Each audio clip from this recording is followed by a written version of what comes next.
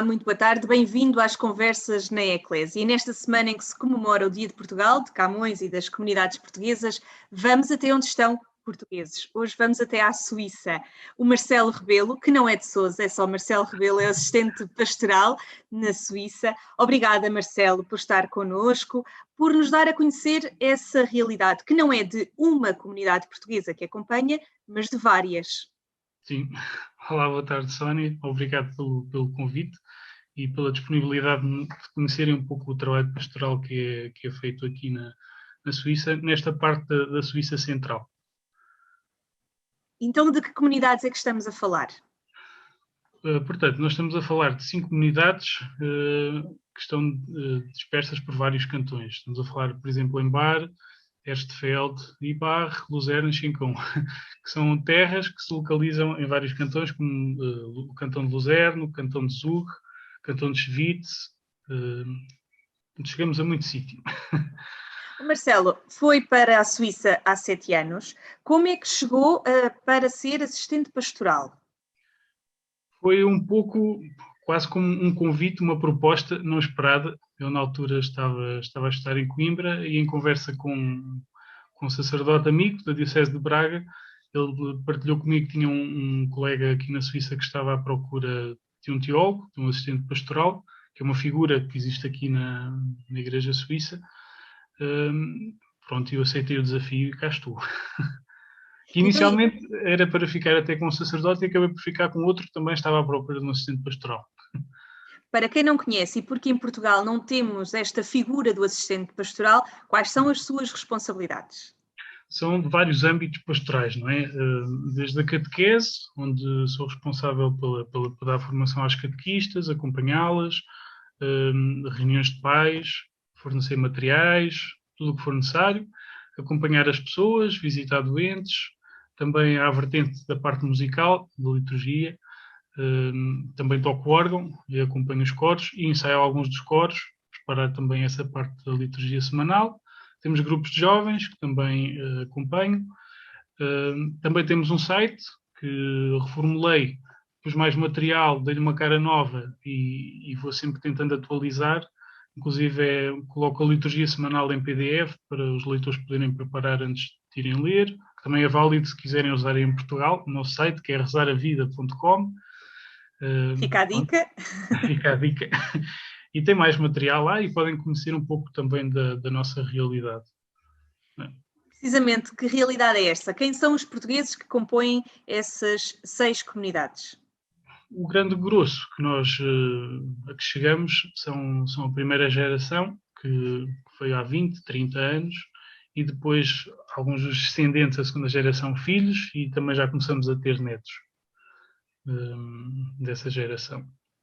E, portanto, aqui o Marcelo faz um bocadinho de ponte, de ponto de encontro nesses momentos em que as pessoas se vão encontrando, quer nos ensaios, quer nas reuniões. Como é que é?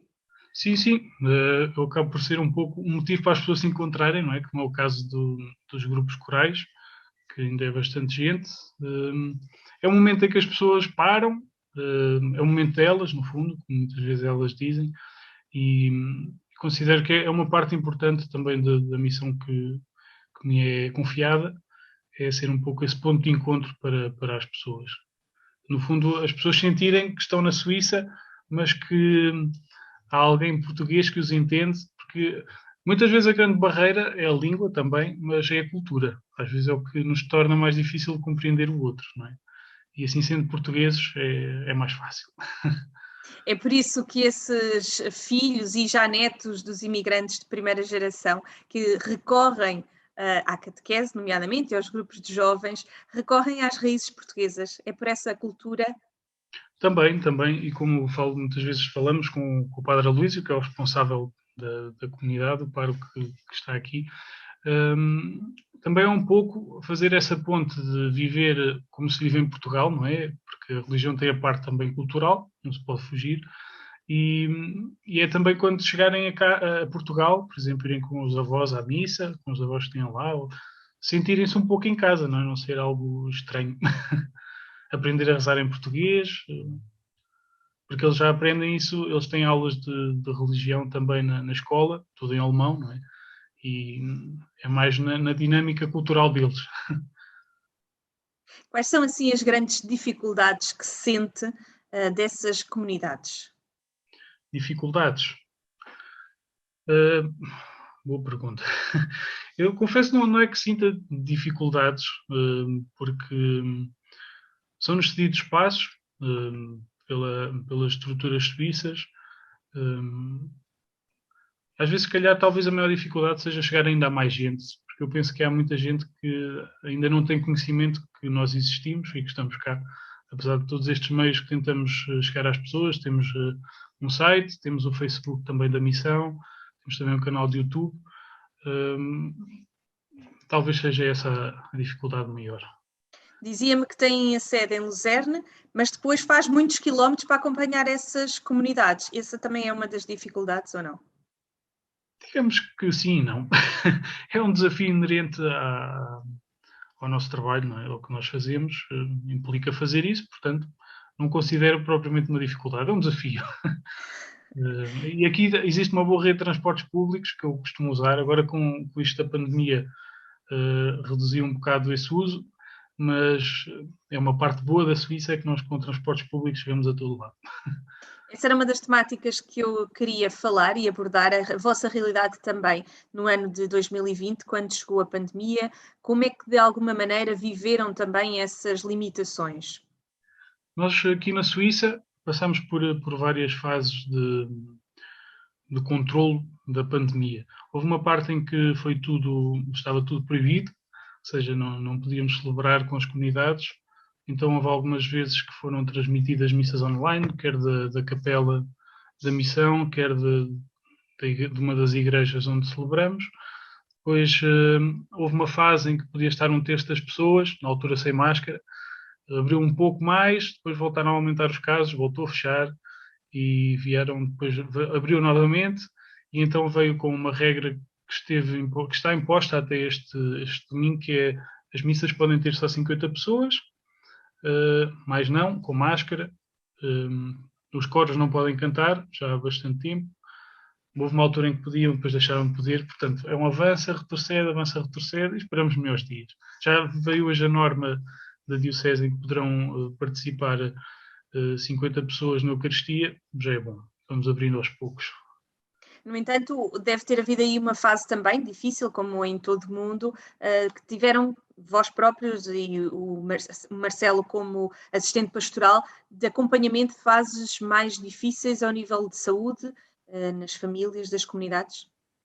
Sim, infelizmente houve algumas pessoas, alguns casos também de pessoas que ficaram infectadas, pronto, e nós dentro da nossa medida, tanto eu como o Padre Luís, tentamos acompanhar as pessoas da melhor maneira possível e dentro das circunstâncias que são. O telefone acaba por ser muitas vezes um ponto de encontro, não é? Em algumas situações, tentamos fazer o nosso melhor. Foi difícil essa fase de acompanhamento, de chegar às famílias, ou as famílias naturalmente recorriam a vós? De certo modo é um pouco difícil, até porque as pessoas muitas vezes quando ficam infectadas não gostam de estar a publicitá-lo, não é? Às vezes íamos sabendo, então também íamos tentando entrar em contacto quando havia mais confiança e pronto.